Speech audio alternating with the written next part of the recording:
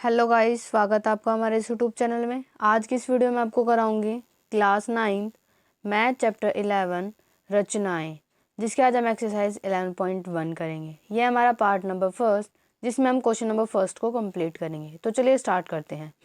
प्रश्न नंबर एक दी हुई किरण के प्रारंभिक बिंदु पर 90 डिग्री के कोण की रचना कीजिए और कारण सहित रचना की पुष्टि कीजिए। आपको इस क्वेश्चन में क्या बोल रहा है कि प्रारंभिक बिंदु लेना है जिसपे 90 डिग्री का कोण बनाना है और फिर उसकी हमें रचना करनी है और रचना की हमें पुष्टि भी करनी है। यानी कि आपको ये जो क्वेश्चन नंबर फर्स्ट है उसको 3 स्टेप्स में करना है। पहले स्टेप में आपको 90 डिग्री का कोण बनाना है प्रकार की सहायता से, फिर उसकी रचना करनी है, यानी कि स्टेप बाय स्टेप लिखना है कि सबसे पहले आपने क्या किया फिर क्या किया। उसके बाद थर्ड स्टेप में आपको रचना की पुष्टि करनी है, यानी कि आपको प्रूव करना है कि जो हमने वो 90 डिग्री का कोण बनाया है वो 90 डिग्री का ही है। ठीक है, तो चलिए स्टार्ट करते हैं। सबसे पहले हम अपना 90 डिग्री का कोण बनाते हैं प्रकार की सहायता से। जैसे कि आप यहाँ पर देख सकते हो, इस रेड बॉक्स के अंदर मैंने 90 डिग्री का कोण बनाया है। कैसे बनाया वो सबसे पहले आप देखो। आपको क्या करना है, सबसे पहले एक लाइन लेनी है, एक किरण लेनी है ए बी, जिसका प्रारंभिक बिंदु ए है और ये बी है। ठीक है, उसके बाद आपको क्या करना है, प्रकार को खोलना है। प्रकार को आप जितना खोलोगे आपको हमेशा उतना ही रखना पड़ेगा। इसमें जितनी भी चापें लगेगी उस प्रकार को उतना ही खोलकर लगानी है। तो स्टार्टिंग में आप ए को केंद्र मानकर एक चाप लगाओगे इस तरीके से कुछ, ठीक है, जो कि बिंदु सी पर, यानी कि जो ये बिंदु है इस बिंदु सी पर क्या करेगी, वो प्रतिच्छेद करेगी। ठीक है, उसके बाद आप क्या करोगे, आपको इस सी को केंद्र मानना है और प्रकार उतना ही खुला रखना है। सी को केंद्र मानकर एक चाप यहाँ पर लगाओगे जिसको नाम दोगे ई, जो कि आपकी पहले वाली जो चाप थी उस पर प्रतिच्छेद बिंदु है ई। और फिर उसके बाद आप इस ई बिंदु को केंद्र मान लोगे। ई को केंद्र मान के आप एक और चाप लगाओगे, प्रकार उतना ही खुला होना चाहिए, ध्यान रखना। चाप जो लगाओगे उसको जिस पर वो प्रतिच्छेद करेगी उसे क्या नाम दोगे, बिंदु एफ।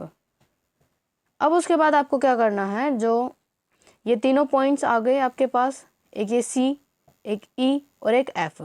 ठीक है, जैसे जैसे आप करते जाओगे वैसे वैसे आपको क्वेश्चन में लिखते जाना है।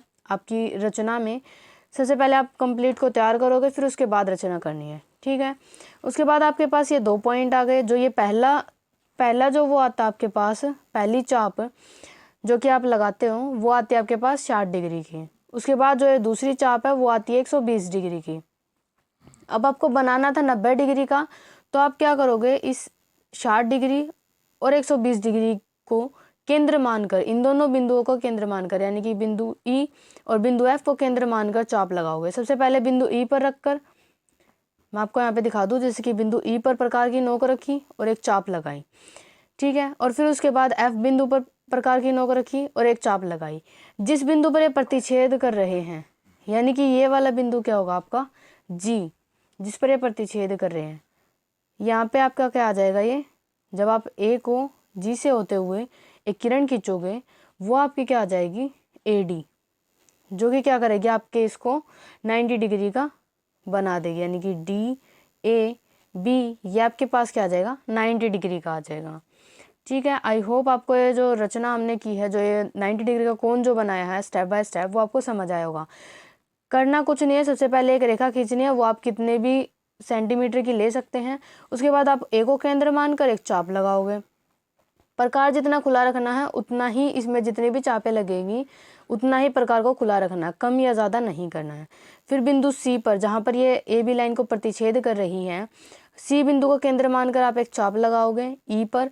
जिस बिंदु पर ये ई प्रतिच्छेद कर रहा है, प्रतिच्छेद बिंदु है, उसको हम ई नाम देंगे। इस ई बिंदु से फिर एक चाप लगाएंगे, प्रकार उतना ही खुला रखना है, उसको नाम देंगे एफ। ठीक है, फिर आपके पास यहाँ पे ये जो पॉइंट आता है वो 60 डिग्री का आता है, जो ये होता है ये आपके पास 120 डिग्री का होता है। ठीक है, अब आप ई को और एफ को केंद्र मानकर, इन दोनों को ही केंद्र मानकर बारी बारी चाप लगाओगे। सबसे पहले ई को केंद्र मानकर एक चाप लगाई, प्रकार उतना ही खुला रखना है। फिर सी पर प्रकार की, एफ पर प्रकार की नोक रखनी है और एक चाप लगानी है जी पर, जहाँ पर ये प्रतिच्छेद करेंगे उसको नाम दिया है जी। ठीक है, अब उसके बाद क्या करना है, हमें जी से होते हुए एक किरण खींचनी है जो कि डी पर जाएगी, यानी कि ए से उसको मिलाना है। अब जो ये डी ए बी आपके पास आया ये आ गया 90 डिग्री। ठीक है। अब आपको रचना करनी है। रचना के चरण स्टेप बाय स्टेप। सबसे पहले हमने क्या किया, प्रारंभिक बिंदु ए मानकर हमने क्या किया, ए भी एक रेखा खींची, यानी प्रारंभिक बिंदु ए माना और ए भी एक किरण खींची। ए को केंद्र मानकर हमने क्या किया, कितनी भी त्रिज्या का प्रकार खोलकर, यानी कि प्रकार की हमने फिक्स जो त्रिज्या है वो नहीं लेनी है, जितना भी हम चाहें उतना खोल सकते हैं, ना तो ज़्यादा होना चाहिए और ना ही ज़्यादा कम होना चाहिए। ठीक है, मीडियम सा प्रकार की त्रिज्या खोलनी है, प्रकार को खोलना है और एक चाप लगानी है। ठीक है, प्रकार को खोला और ये चाप लगा दी। उसके बाद जो कि किरण ए बी को बिंदु सी पर प्रतिच्छेद करती हैं, ये आप यहाँ पर देखो, जो ये चाप आपने लगाई वो क्या करेगी, किरण ए बी को सी बिंदु पर प्रतिच्छेद करेगी, यानी कि सी बिंदु पर काट रही है। ठीक है, उसके बाद हमें क्या करना है, जो सी बिंदु है उसको केंद्र मानकर, सी को केंद्र मानकर उतना ही प्रकार खुला रखकर पहले खींची गई चाप को बिंदु ई पर प्रतिच्छेद करती है। प्रकार को उतना ही खुला रखना है और ये पहली चाप है, इसको क्या करेगा, जब हम सी को केंद्र मानकर एक चाप लगाएंगे तो ये पहली चाप को क्या करेगी, प्रतिच्छेद करेगी, तो हम इसका नाम दे देंगे ई। ठीक है, उसके बाद आपको क्या करना है, ई को केंद्र मानकर उतना ही प्रकार खोला रखकर पहले खींची गई चाप को बिंदु एफ पर प्रतिच्छेद करती है। यानी कि अब आपको ई पर रखना है, पहली चाप यही है आपकी, और फिर ई पर को केंद्र मानकर एफ पर चाप लगानी है। एफ पर चाप लगाने के बाद जो ये प्रतिच्छेद बिंदु है उसको नाम एफ दे देंगे, यानी कि जो प्रतिच्छेद बिंदु है उसको एफ नाम देंगे। उसके बाद आपको क्या करना है, दोनों ही बिंदु ई और एफ को केंद्र मानकर फिर प्रकार को खुला रखना उतना ही, और चाप खींची, दो चापें खींचनी है आपको जो एक दूसरे को जी बिंदु पर प्रतिच्छेद करते हैं, यानी कि इन दोनों को ही केंद्र मानकर आपको दो चापें लगानी है। ठीक है, ऐसे क्रॉस में दो चापें आएंगी, जब आप प्रकार की नोक को ई पे रखेंगे तो एक चाप ऐसे आएगी, फिर प्रकार की नोक को एफ पे रखेंगे तो ऐसे चाप आएगी। तो जिस बिंदु पर ये प्रतिच्छेद करे हैं उसको हम क्या नाम देंगे, उसको हमें जी नाम देना है।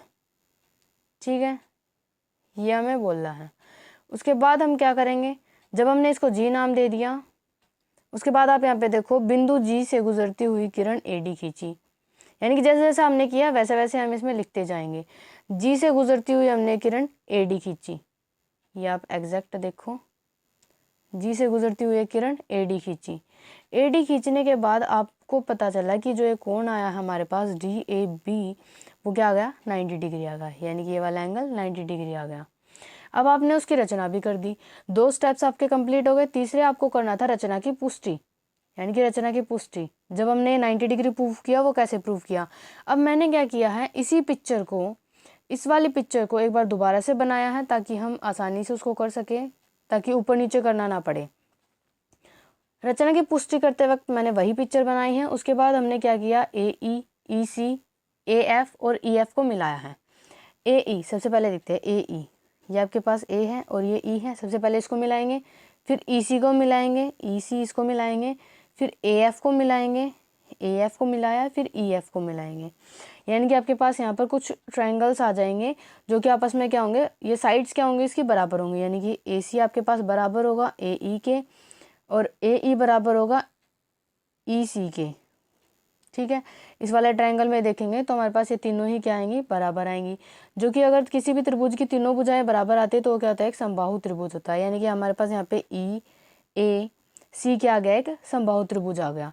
तो ये एंगल क्या आ जाएगा हमारे पास, ई ए सी, ये वाला जो एंगल है वो हमारे पास 60 डिग्री का आ जाए, क्योंकि आपको पता है कि समबाहु त्रिभुज के तीनों कोण क्या होते हैं, 60 डिग्री के होते हैं, जिनका योग 180 डिग्री आता है। इसी तरीके से अगर मैं बोल लूँ कि हमारे पास जो अगला त्रिभुज है जो मैंने अभी आपको दिखाया, ई ए एफ, ये वाला ट्रायंगल क्या होगा, ये भी समबाहु होगा। क्यों, क्योंकि आप जब यहाँ पे देखोगे, ये अगर केंद्र है, ये वृत्त, अगर मैं इसको पूरा कंप्लीट बना दूँ तो ये वृत्त की त्रिज्या हो जाएगी, ये भी वृत्त की त्रिज्या है, ये भी वृत्त की त्रिज्या है, ये क्या होती है, आपस में बराबर होती हैं।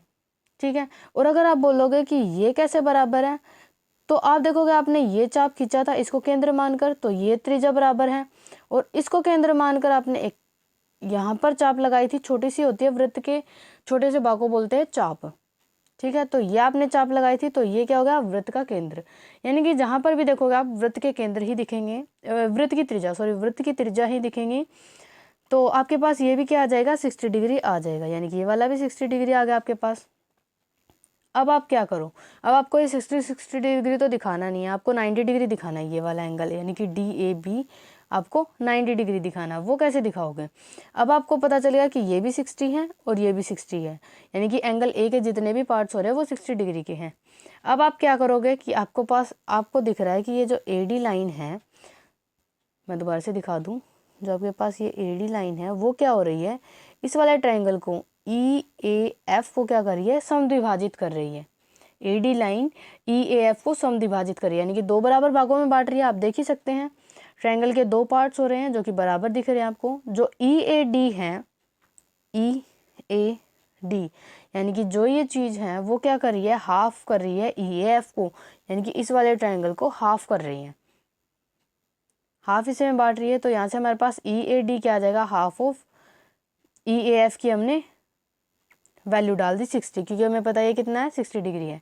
यहाँ से जब हम कैंसिल आउट करेंगे तो हमारे पास EAD आ गया 30 डिग्री। EAD यानी कि आपके पास EAD ये वाली वैल्यू 30 आ गई और ये आपके पास थी 60। तो जब आप इसको ऐड करोगे तो 60 + 30 कितना हो जाएगा आपके पास, 90 डिग्री, जो कि हमारे पास क्या आ जाएगा, DAB आ जाएगा। यहाँ से हमारा DAB क्या आ गया, 90 डिग्री आ गया। अब हमारी जो रचना की पुष्टि थी, जो हमें निकालना था कि ये एंगल DAB है, वो हमारा प्रूव हो गया। तो यहाँ पर हमारा जो क्वेश्चन नंबर फर्स्ट है वो क्लियर होता है। आई होप आपको क्वेश्चन नंबर फर्स्ट अच्छे से क्लियर हुआ होगा। बस अगर आप प्रैक्टिस करते जाओगे तो आप प्रकार से भी अच्छे से आप जो कोण है वो बना पाओगे, जिस भी डिग्री का आपको बोला जाएगा। तो उसके लिए आपको प्रैक्टिस करनी पड़ेगी। और रचना जो आप सोच रहे हो कि इतनी बड़ी है, लिखने में दिक्कत होगी, तो वो कुछ नहीं होता। बस जैसे जैसे स्टेप्स आप करते जाते हो वैसे वैसे ही आपको लिखते जाना है, ठीक है। उसके बाद रचना की पुष्टि में भी ज़्यादा कुछ नहीं है, आपको बस वो जो एंगल आप प्रूव कर रहे हो ना, एंगल जो आप बना रहे हो प्रकार के सहायता से, 90 डिग्री का या फिर 60 डिग्री का, 35 डिग्री का, 50 डिग्री का, उसको बस आपको सिद्ध करना है कि वो 90 डिग्री ही है।